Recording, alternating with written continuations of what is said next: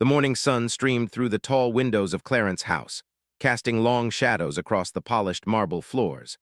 Parker Bowles, now queen consort, sat in her private study surrounded by stacks of correspondence that seemed to multiply daily. Her reading glasses perched delicately on her nose as she methodically sorted through letters from well-wishers, official documents, and various royal obligations that demanded her attention. The weight of her new position still felt surreal at times. After decades of being cast as the other woman, the controversial figure who disrupted a fairy tale marriage, she now held one of the most revered titles in the British monarchy.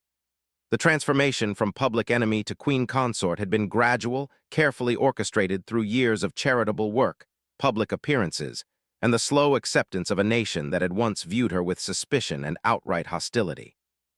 Her personal secretary knocked softly before entering, carrying another bundle of mail that had arrived with the afternoon post. Among the cream-colored envelopes bearing official seals and handwritten addresses, one particular letter caught her attention. The envelope was slightly thicker than the others, made of expensive paper stock that felt substantial between her fingers. The return address bore a crest she recognized immediately, though it had been years since she had received any personal correspondence from that particular source. With practiced efficiency, she opened the envelope using the silver letter opener that had been a coronation gift from Charles.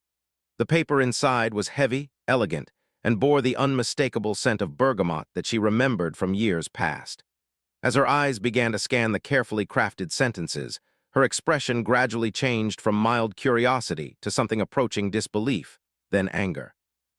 The letter contained revelations that threatened to unravel years of careful public relations work. Details of private conversations, intimate moments, and strategic decisions that had been made behind closed doors were laid out with surgical precision. Someone with intimate knowledge of the royal family's inner workings had chosen this moment, when was still establishing herself in her new role, to expose secrets that could damage not just her reputation, but the entire monarchy. Her hands trembled slightly as she continued reading. The accusations were specific, detailed, and unfortunately, largely accurate.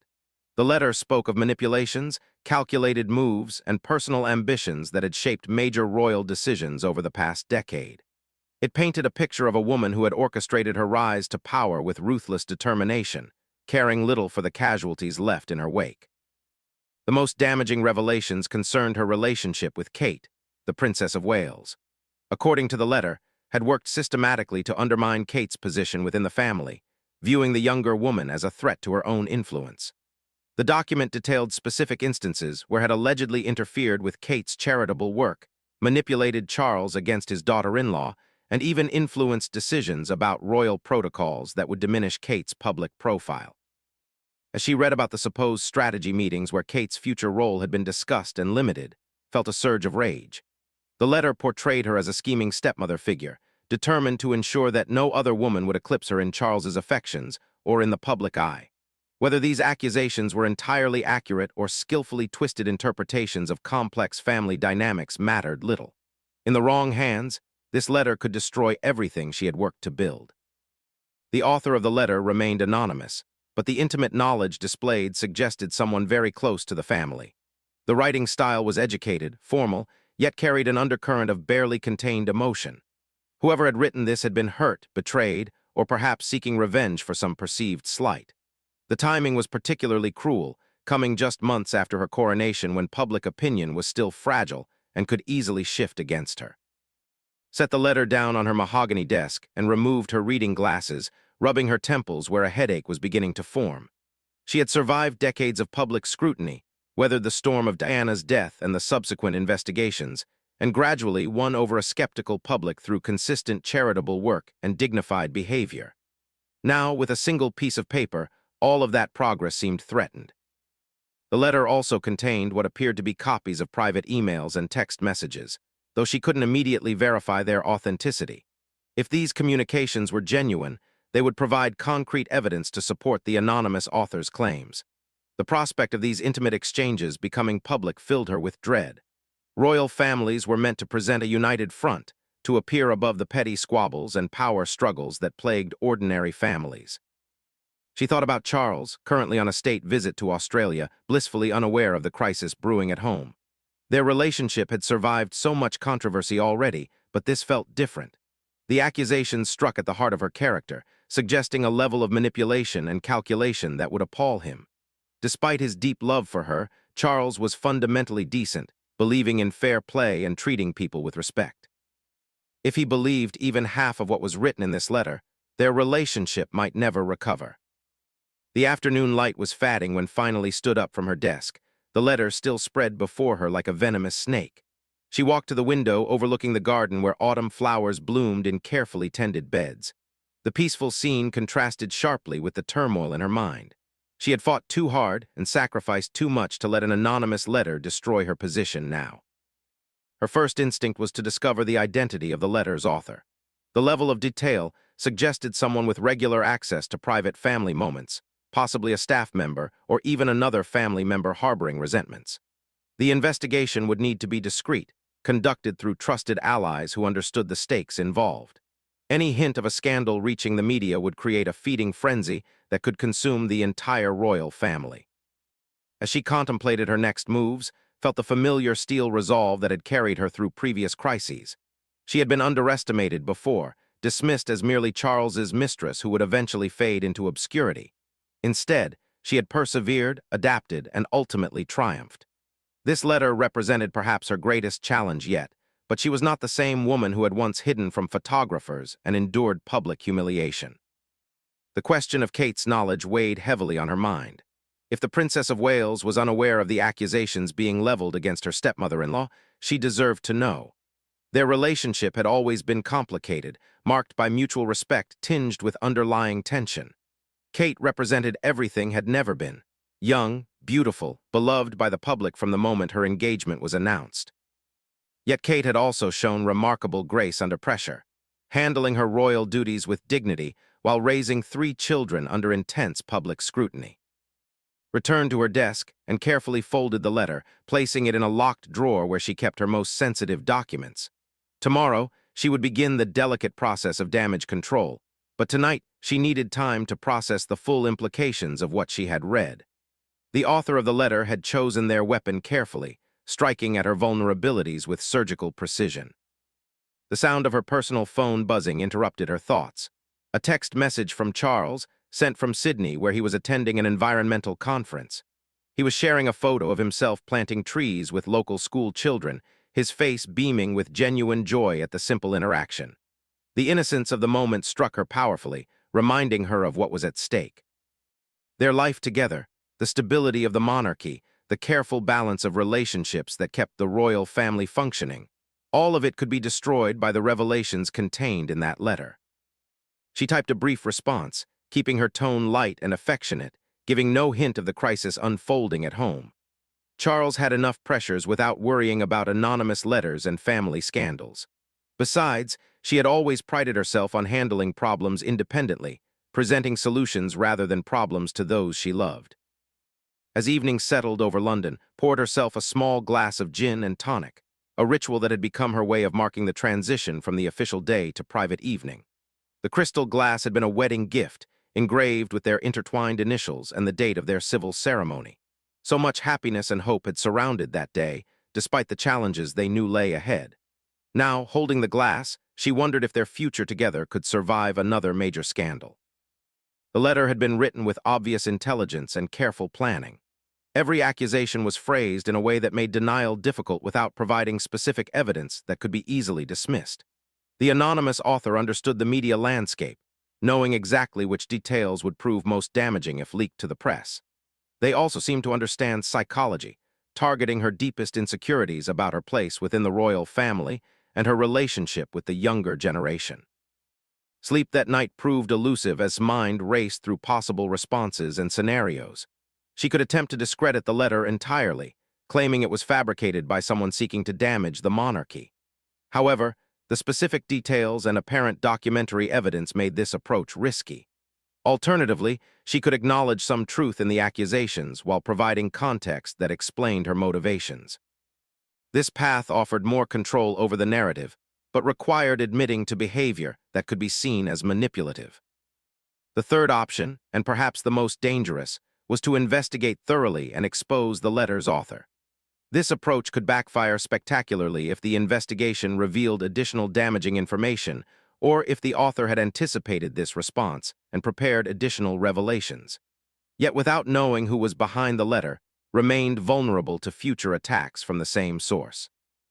As dawn approached, had reached a decision.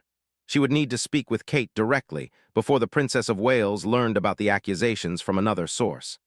The conversation would be difficult, potentially damaging their already complex relationship further, but it was necessary.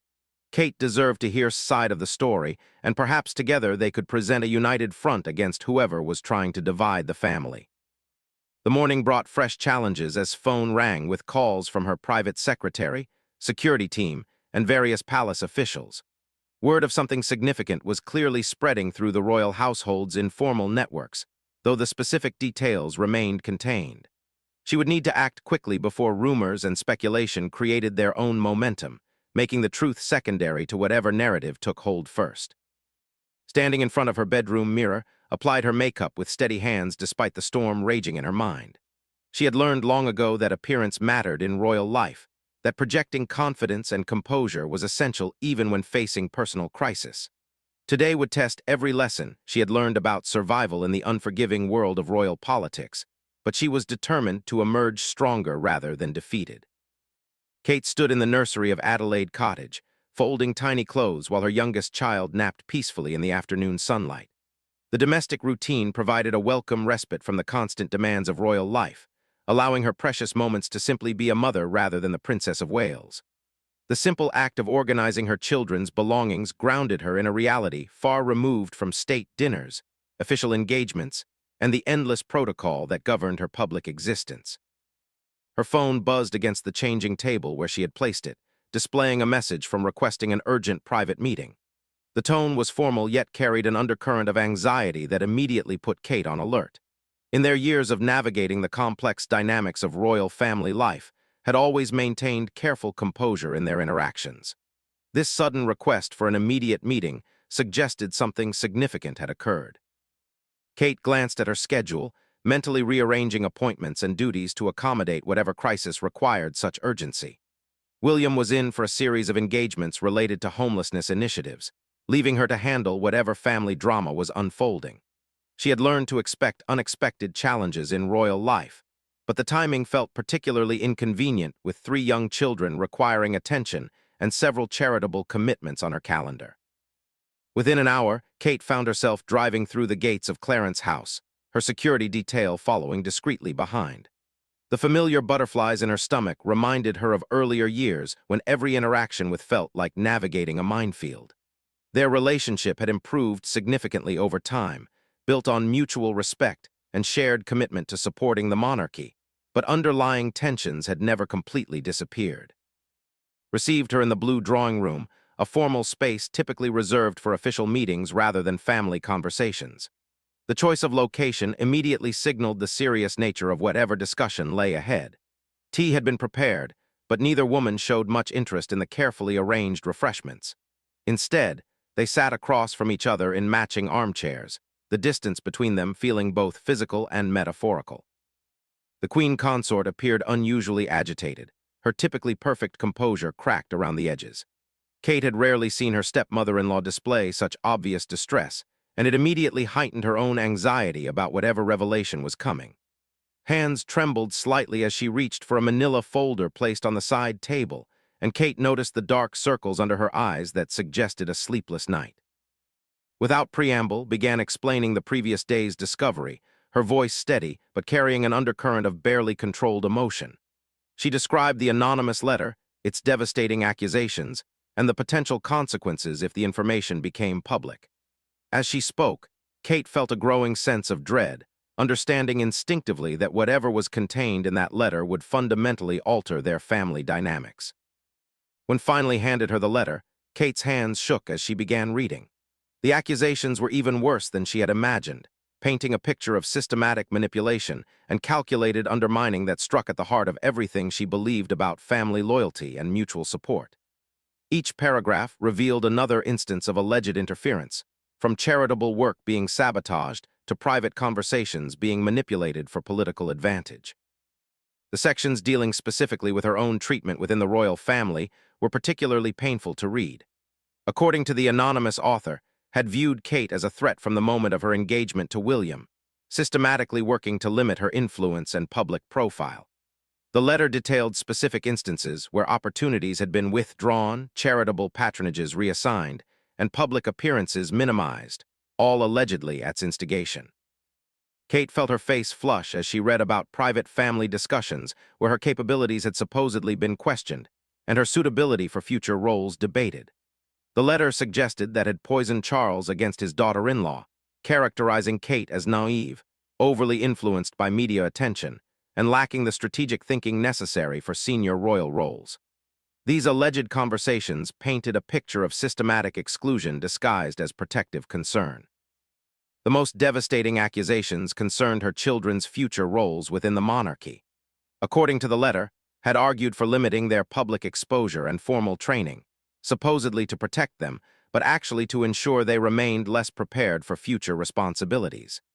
The suggestion that her children's opportunities had been deliberately curtailed triggered a maternal fury that Kate struggled to contain. As she continued reading, Kate became aware of watching her intently, searching for reactions and perhaps gauging how much damage the revelations might cause to their relationship. The scrutiny felt uncomfortable, adding another layer of tension to an already fraught situation. Kate had always prided herself on maintaining dignity under pressure, but this level of personal attack tested even her considerable reserves of composure. The letter also contained what appeared to be excerpts from private communications, including text messages and email fragments that seemed to support the anonymous author's claims. While Kate couldn't immediately verify their authenticity, the intimate details and specific references suggested someone with extraordinary access to royal family communications. The possibility that private conversations had been monitored or recorded added a paranoid edge to her growing distress. When she finally finished reading, Kate carefully folded the letter and placed it on the coffee table between them. Her mind raced through years of interactions, searching for signs of the manipulation described in the accusations. There had been moments of frustration, instances where opportunities seemed to disappear without explanation, and times when she felt deliberately excluded from important discussions. Now those memories took on a more sinister cast. Broke the silence first, her voice barely above a whisper as she attempted to explain her side of the story. She acknowledged that some of the incidents described in the letter had indeed occurred, but insisted that the motivations had been, and the context deliberately distorted. According to her version, protective instincts rather than jealousy had driven her actions, and concerns about Kate's welfare rather than competitive rivalry had influenced her advice to Charles. The explanation felt inadequate given the systematic nature of the alleged campaign described in the letter. Kate found herself struggling to reconcile the woman sitting across from her, clearly distressed and seeking understanding, with the calculating figure portrayed in the anonymous accusations. The complexity of their relationship, built over years of careful navigation and mutual accommodation, suddenly seemed overshadowed by questions of authenticity and hidden motivations. Kate's own memories began flooding back with new interpretation. The charitable patronage she had been excited to take on, only to be told it had been reassigned to someone with more experience. The state dinner where she had been seated in a less prominent position despite her seniority. The various occasions when her suggestions for modernizing royal protocols had been quietly dismissed or delayed indefinitely. Each incident alone had seemed like normal royal bureaucracy, but viewed together they formed a pattern that supported the letter's accusations. The silence stretched between them until Kate finally spoke, her voice controlled but carrying an edge of steel that surprised even herself. She asked direct questions about specific incidents mentioned in the letter, seeking explanations for decisions that had puzzled or disappointed her over the years. Responses were careful, measured, but often confirmed the basic facts while disputing the motivations described by the anonymous author. As the conversation continued, Kate found herself caught between competing impulses.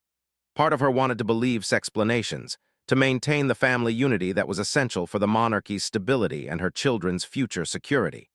Another part of her felt profoundly betrayed, questioning everything she thought she knew about her place within the royal family and the authenticity of relationships she had worked years to build. The practical implications began crystallizing in her mind as the initial shock wore off. If the letter became public, The resulting scandal would dominate headlines for months, overshadowing important charitable work and damaging the monarchy's reputation during a critical period. The personal cost would be enormous, forcing her to navigate public scrutiny while protecting her children from the inevitable speculation and commentary. Kate thought about William, currently unaware of the crisis unfolding at home. Their marriage had weathered many storms, but this level of family betrayal would test even their strong partnership. William's relationship with his father was complex, marked by deep love but also frustration with Charles's decision-making and priorities. Learning that his stepmother might have been working against his wife would create divisions that might never fully heal. The question of the letter's author dominated Kate's thoughts as she tried to process the revelations. The level of detail suggested someone with intimate access to family discussions and private communications. Staff members were bound by strict confidentiality agreements and faced serious consequences for breaches, making a deliberate leak unlikely unless motivated by exceptional circumstances. The alternative, that a family member had authored the letter, was almost too devastating to contemplate. Obvious distress seemed genuine, but Kate had learned that royal family members were skilled at managing their public presentations, even in private settings. The Queen Consort had survived decades of public scrutiny through careful emotional control and strategic thinking. Her current vulnerability might be calculated to generate sympathy and deflect from the serious accusations contained in the letter. As afternoon turned to evening, their conversation moved from the specific allegations to broader questions about family loyalty, the pressures of royal life, and the complex dynamics that governed their interactions. Kate found herself examining not just the events described in the letter, but her own responses and assumptions over the years.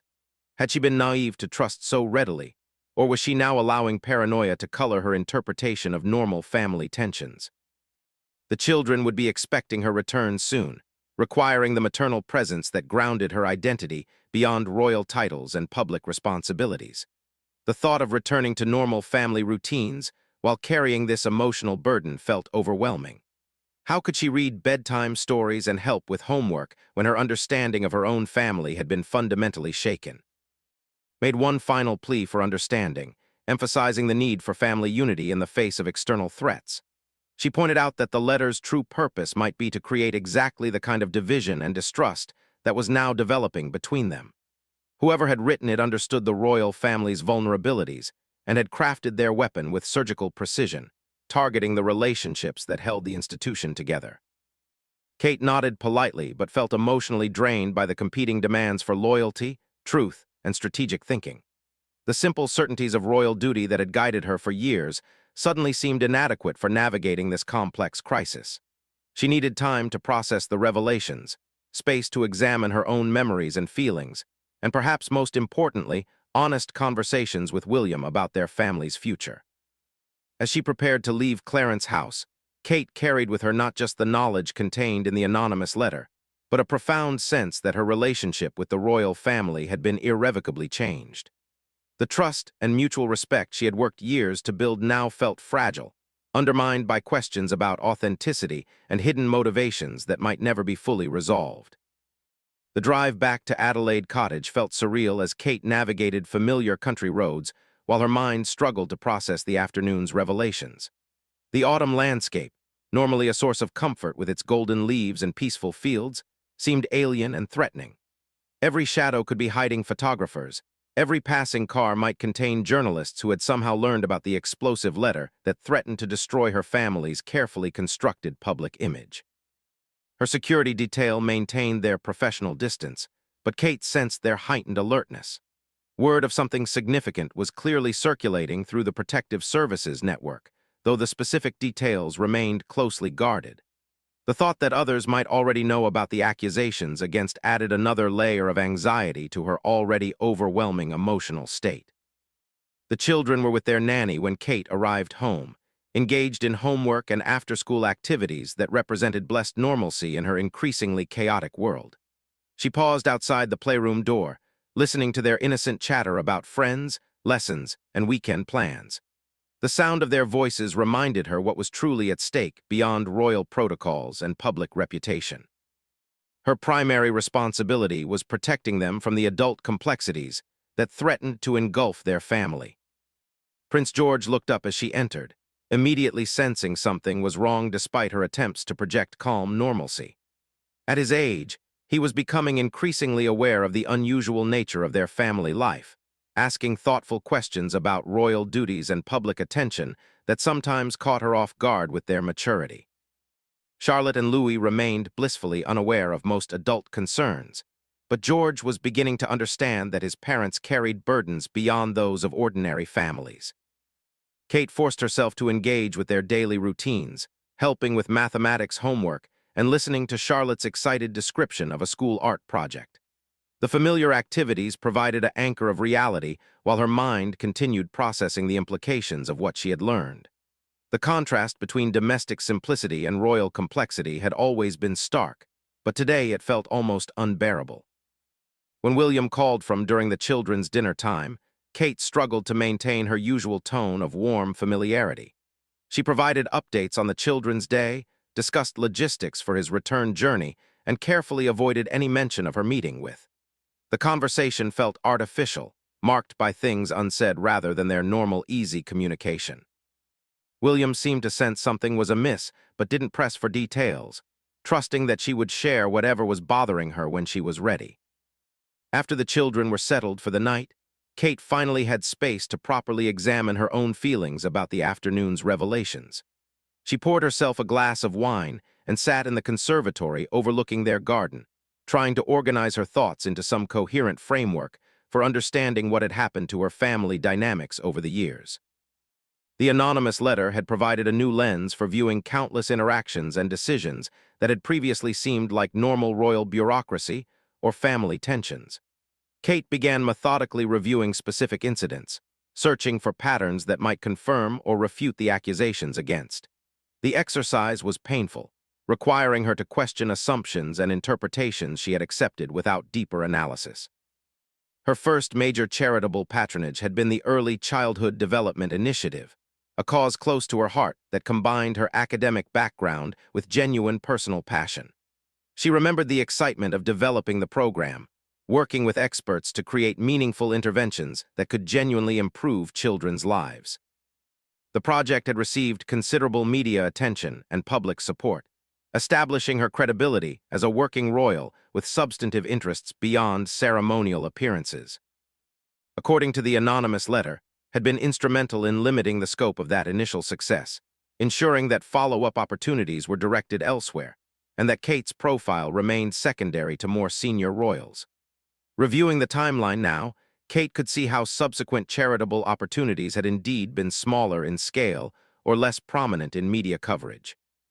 At the time, she had accepted explanations about appropriate protocols for junior royals and the importance of gradual development rather than immediate high-profile exposure. The letter also detailed alleged conversations where Kate's media popularity had been characterized as potentially problematic, requiring careful management to prevent overshadowing more senior family members. These discussions had supposedly resulted in deliberate limitations on her public appearances and strategic decisions to ensure her charitable work complemented rather than competed with established royal priorities. Kate thought about the various occasions when she had suggested modernizing certain royal protocols or expanding charitable initiatives, only to be told that such changes required extensive consultation and gradual implementation. Many of her ideas had been quietly shelved or significantly modified during review processes that seemed designed more to delay than to improve. The pattern suggested systematic resistance to her input rather than genuine collaborative development. The accusations regarding her children were particularly disturbing to contemplate. According to the letter, discussions about George, Charlotte, and Louis had included deliberate strategies to limit their early exposure to royal training and public responsibilities. The stated rationale had been protecting their childhood privacy, but the anonymous author suggested the real motivation was ensuring they remained less prepared for future roles than they might otherwise become. Kate had initially supported limiting her children's public exposure, wanting them to experience as normal a childhood as possible within the constraints of their positions. However, she had also expected that appropriate preparation for their future responsibilities would begin gradually as they matured.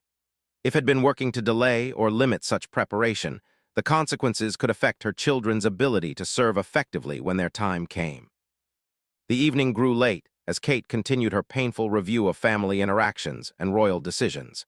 Each memory seemed to carry new significance when viewed through the lens provided by the anonymous letter. Conversations she had interpreted as protective concern now appeared potentially manipulative. Decisions presented as collaborative family choices revealed patterns of systematic exclusion and limitation. Her phone buzzed with a text message from her sister, asking about weekend plans and family news.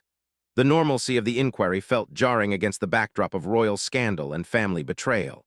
Kate had always valued her connections to life outside the royal bubble, but tonight even those relationships felt complicated by the secrets she was now required to keep. The question of how to proceed dominated her thoughts as midnight approached.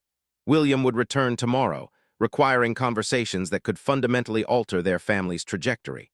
The children deserved protection from adult dramas, but they also needed parents who could navigate royal complexities with wisdom and integrity.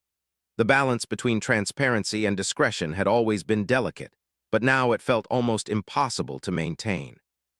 Kate considered calling her mother for advice, but immediately rejected the idea. Had always been a source of practical wisdom and emotional support, but this crisis involved information too sensitive for discussion outside the immediate royal family. The isolation that came with royal position had never felt more acute than in this moment when she desperately needed perspective from someone she trusted completely. The anonymous letter remained the central mystery demanding resolution. Kate tried to imagine who might have such detailed knowledge of private family discussions and access to personal communications. Staff members were obvious candidates, but the emotional tone of the letter suggested personal investment rather than professional gossip. The alternative possibilities were even more disturbing, implying betrayal from within the family itself.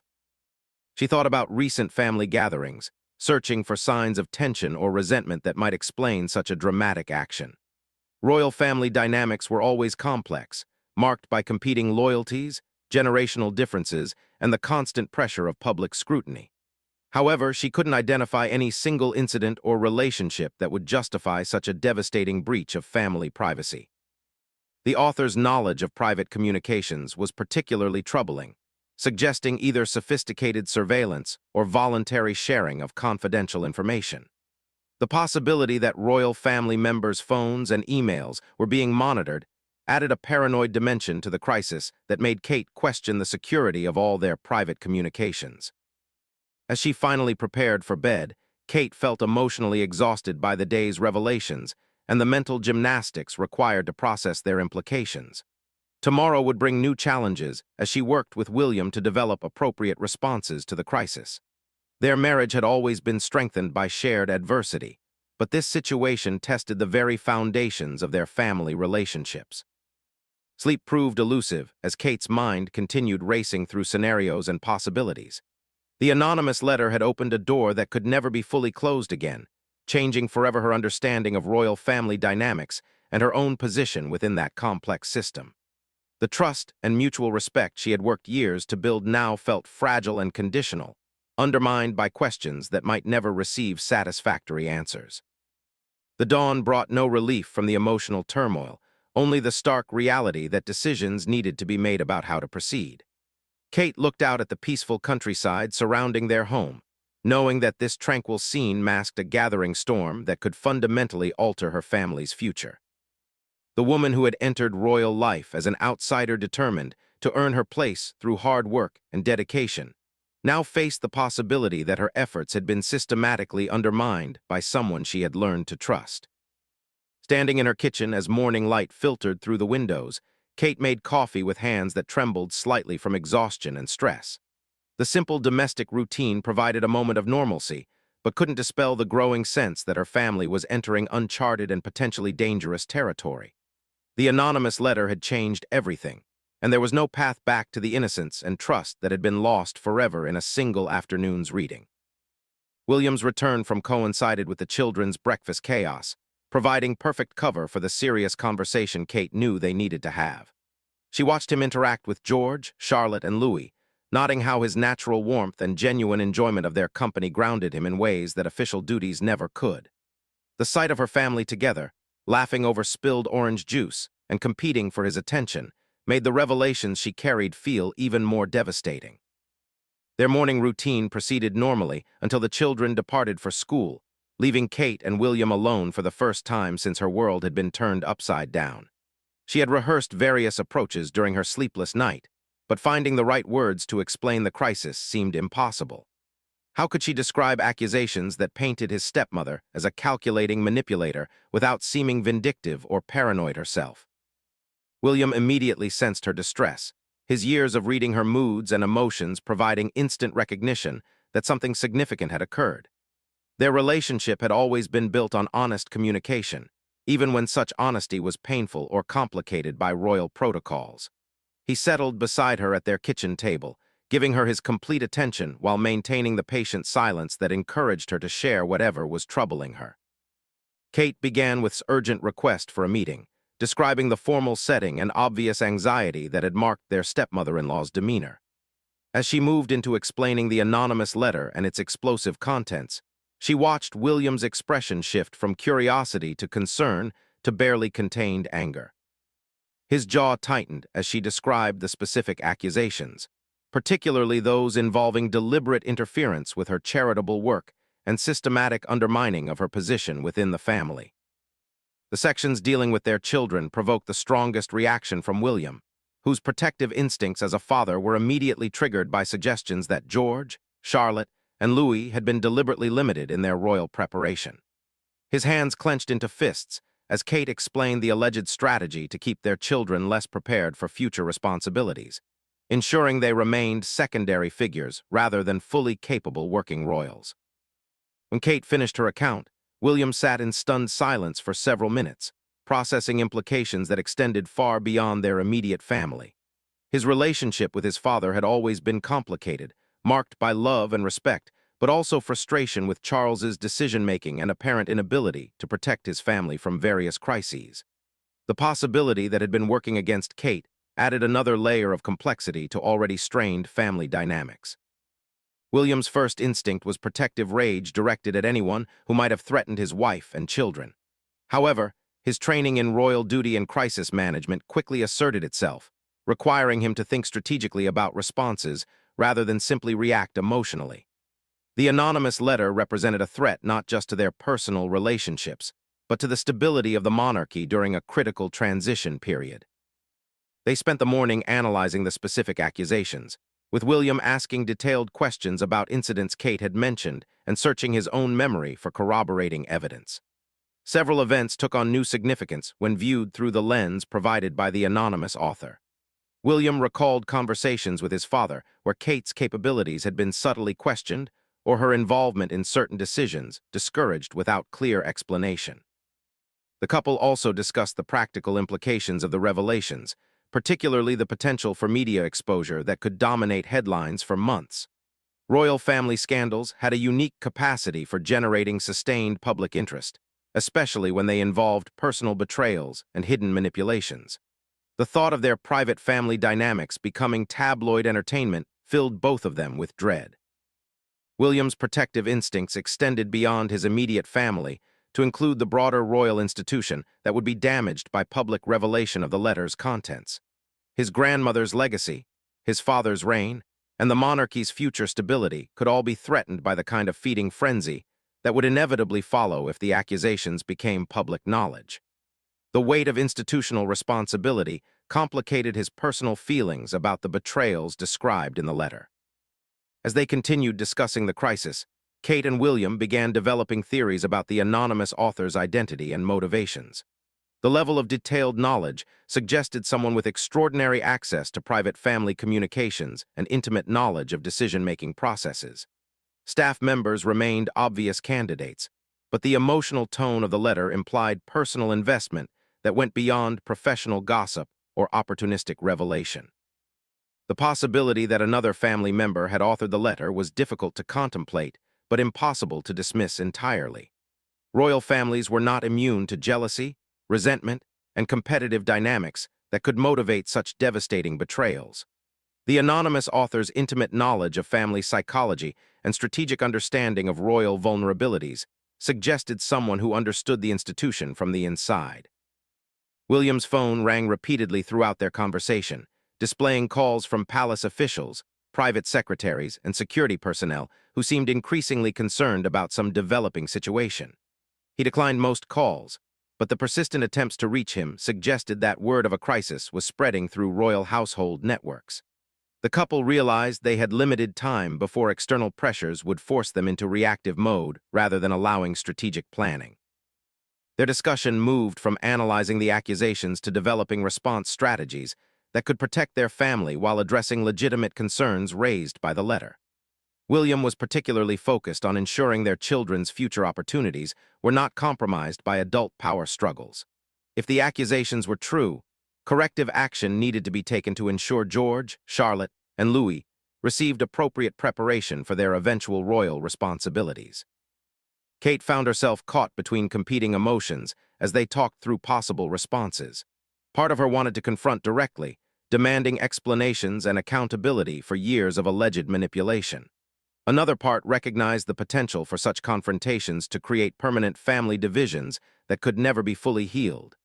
The complex dynamics of royal relationships required careful navigation even in crisis situations. William's anger toward his stepmother was tempered by recognition that their information came from an anonymous source with unknown motivations. While many of the accusations aligned with patterns they had observed over the years, the letter could still represent deliberate distortion rather than accurate reporting. Making irreversible decisions based on unverified accusations could create new problems while failing to address underlying issues. The question of Charles's knowledge and potential involvement in the alleged schemes dominated much of their conversation. William found it difficult to believe his father would deliberately work against Kate, but acknowledged that Charles's tendency to defer to judgment could have enabled problematic decisions without malicious intent. The distinction between active conspiracy and passive enablement might be important for determining appropriate responses. As afternoon approached, William made the difficult decision to contact his father directly, requesting a private conversation that could address the crisis before it spiraled beyond family control. Charles was scheduled to return from Australia within days, but the urgency of the situation demanded immediate attention despite the complications of international communications and time zone differences. The call with Charles proved challenging, as William attempted to explain the situation without reading the entire letter or making specific accusations against. His father's responses suggested genuine surprise at the allegations, but also defensive instincts that complicated efforts to have productive dialogue about potential problems. Charles's immediate reaction was to question the anonymous letter's credibility rather than address the specific concerns raised about family dynamics.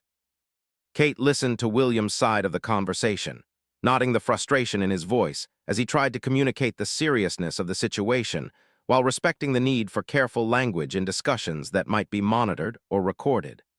Royal family communications were never truly private, adding another layer of complexity to crisis management that ordinary families didn't face. The conversation with Charles ended without clear resolution, leaving William and Kate to continue developing their own strategy for addressing the crisis. They agreed that protecting their children remained the highest priority, followed by preserving family relationships where possible and maintaining the monarchy's stability. However, they also acknowledged that some relationships might be permanently altered by the revelations contained in the anonymous letter. Evening brought new challenges as various palace officials continued attempting to reach them, clearly aware that some significant development required attention. William finally accepted a call from his private secretary, who reported increasing media interest in royal family activities and requests for comment on unspecified allegations. The couple realized their window for private family resolution was rapidly closing as external pressures mounted. Kate spent the children's bedtime routine maintaining careful normalcy, while her mind continued racing through implications and possibilities. Reading stories and discussing their day provided blessed relief from adult complexities, but also reminded her of the innocence that needed protection from the gathering storm. George's increasing awareness of family tensions required particular attention to ensure he didn't absorb anxieties that belonged to the adult world. As they prepared for another difficult night, Kate and William acknowledged that their family was entering uncharted territory where traditional royal protocols provided little guidance. The anonymous letter had opened a door that could never be fully closed, changing forever their understanding of family relationships and their own position within the complex system of royal hierarchy. Tomorrow would bring new challenges as they worked to protect their children, preserve their marriage, and navigate the treacherous waters of royal family politics in crisis mode. The confrontation that would change everything began 3 days after Charles's return from Australia, in the formal drawing room of Clarence House, where family crises had been addressed for generations. Sat rigidly in her favorite chair, the anonymous letter spread before her on the mahogany coffee table like evidence in a criminal trial.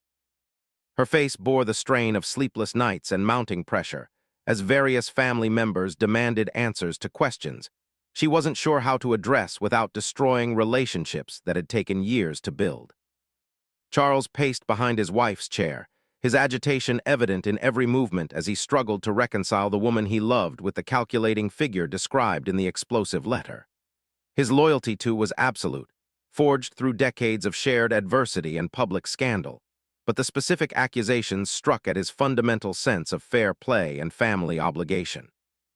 The possibility that his wife had systematically undermined his daughter-in-law created a crisis of conscience that threatened the very foundations of their marriage. William entered the room first, his bearing formal and controlled despite the emotional turmoil visible in his eyes. Behind him, Kate moved with careful dignity, her composure masking the anger and hurt that had been building since their first reading of the letter. The physical distance between the two couples reflected psychological divisions that seemed to grow wider with each passing moment, creating an atmosphere thick with unspoken accusations and defensive preparations.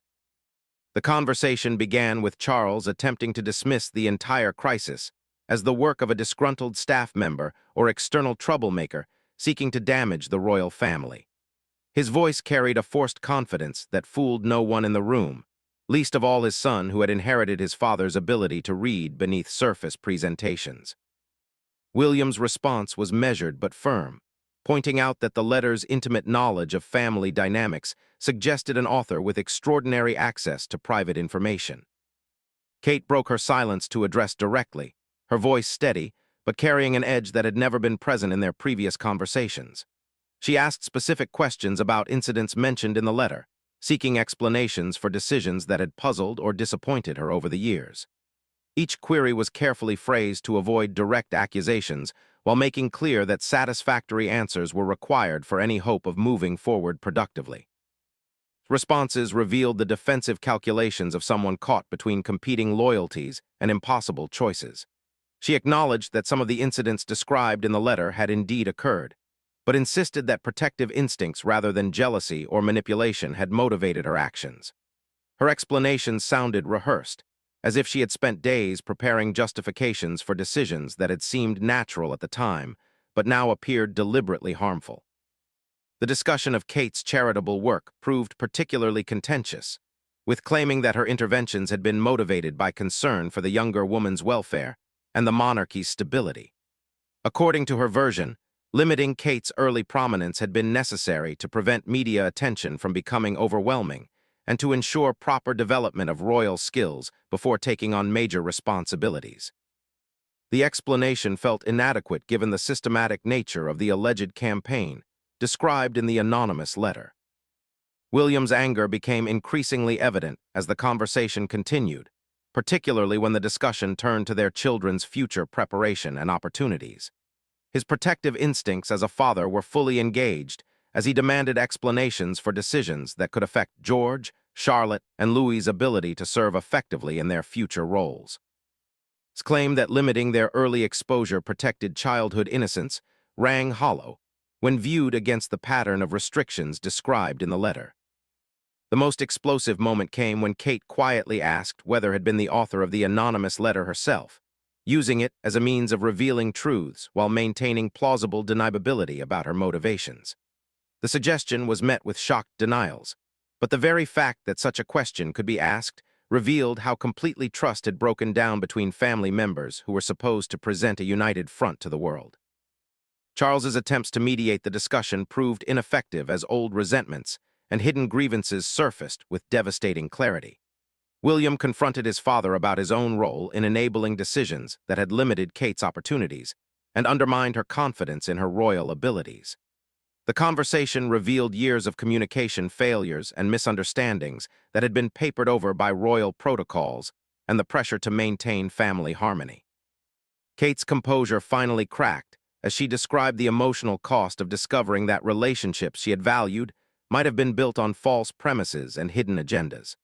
Her voice shook with barely controlled anger as she explained how the revelations had forced her to question every interaction and decision over the years, wondering what was genuine and what had been calculated to serve purposes she hadn't understood. The room fell silent as the full implications of the crisis became clear to everyone present. The anonymous letter had achieved its apparent purpose of exposing hidden tensions and forcing confrontations that might otherwise have remained buried beneath royal courtesy. Whether the author's motivations had been malicious or corrective, the result was the same: fundamental damage to family relationships that would be difficult or impossible to repair completely. Made one final attempt to salvage the situation, appealing to shared commitments to the monarchy and the children's welfare as reasons for finding a way forward despite the damage that had been done. She acknowledged mistakes in judgment while maintaining that her core motivations had been protective rather than destructive. The plea fell on skeptical ears as trust, once broken, proved difficult to restore through words alone. William's response was measured but uncompromising in its clarity about new boundaries and expectations going forward. He made it clear that any future interference with his family's opportunities or his children's preparation would be met with immediate and public consequences. The threat was diplomatically phrased but unmistakably serious, representing a fundamental shift in power dynamics within the royal family. Kate's contribution to the resolution was equally clear in establishing new terms for their relationship. She outlined specific conditions that would need to be met for any hope of rebuilding trust, including transparency about decision-making processes and genuine collaboration, rather than superficial consultation on matters affecting her work and her children's futures. The demands were reasonable, but represented a complete reversal of previous power dynamics. As the family meeting concluded without achieving reconciliation, each participant understood that irreversible changes had occurred. The anonymous letter had succeeded in forcing honesty about relationships that had been built on shifting foundations and hidden agendas. Whether this honesty would ultimately prove constructive or destructive remained to be seen, but there could be no return to previous patterns of interaction. The question of the letter's authorship remained unresolved, hanging over the family like a sword that could fall at any moment with additional revelations. The investigation into its origins would continue, but the damage to relationships had already been done regardless of who was ultimately revealed as responsible for forcing these painful truths into the open. Charles and were left to confront the reality that their relationship, while surviving this crisis, had been fundamentally altered by revelations about her treatment of family members. The love between them remained strong, but questions about judgment, priorities, and future behavior would require ongoing attention and possible changes in how they approached royal family dynamics. William and Kate departed Clarence House with their marriage strengthened by shared adversity, but their broader family relationships damaged perhaps beyond complete repair. They had successfully established new boundaries and expectations, but the emotional cost had been enormous, and the long-term consequences remained uncertain. The anonymous letter continued to exist as a potential weapon in unknown hands, its author's identity and possible motivations still mysterious. The family had weathered the immediate crisis of its revelations, but the ongoing threat of additional disclosures or public exposure meant that vigilance and careful relationship management would be required indefinitely. In the days that followed, each family member began the difficult process of adjusting to new realities while maintaining the public facade of unity that royal duty required. The children noticed increased tensions but were shielded from specific details, allowing them to continue their normal routines while adults worked through complex adult problems. Kate found herself fundamentally changed by the experience, no longer the somewhat naive young woman who had entered royal life with assumptions about family loyalty and mutual support. Her new wariness was balanced by greater confidence in her own judgment and clearer understanding of the political dimensions that inevitably influenced royal family relationships. The crisis had revealed uncomfortable truths about power, jealousy, and manipulation within even the most privileged families, but it had also demonstrated the possibility of honest confrontation and boundary setting when relationships reached breaking points. Whether these lessons would ultimately strengthen or weaken the royal family remained to be determined by choices that each member would make in the months and years ahead.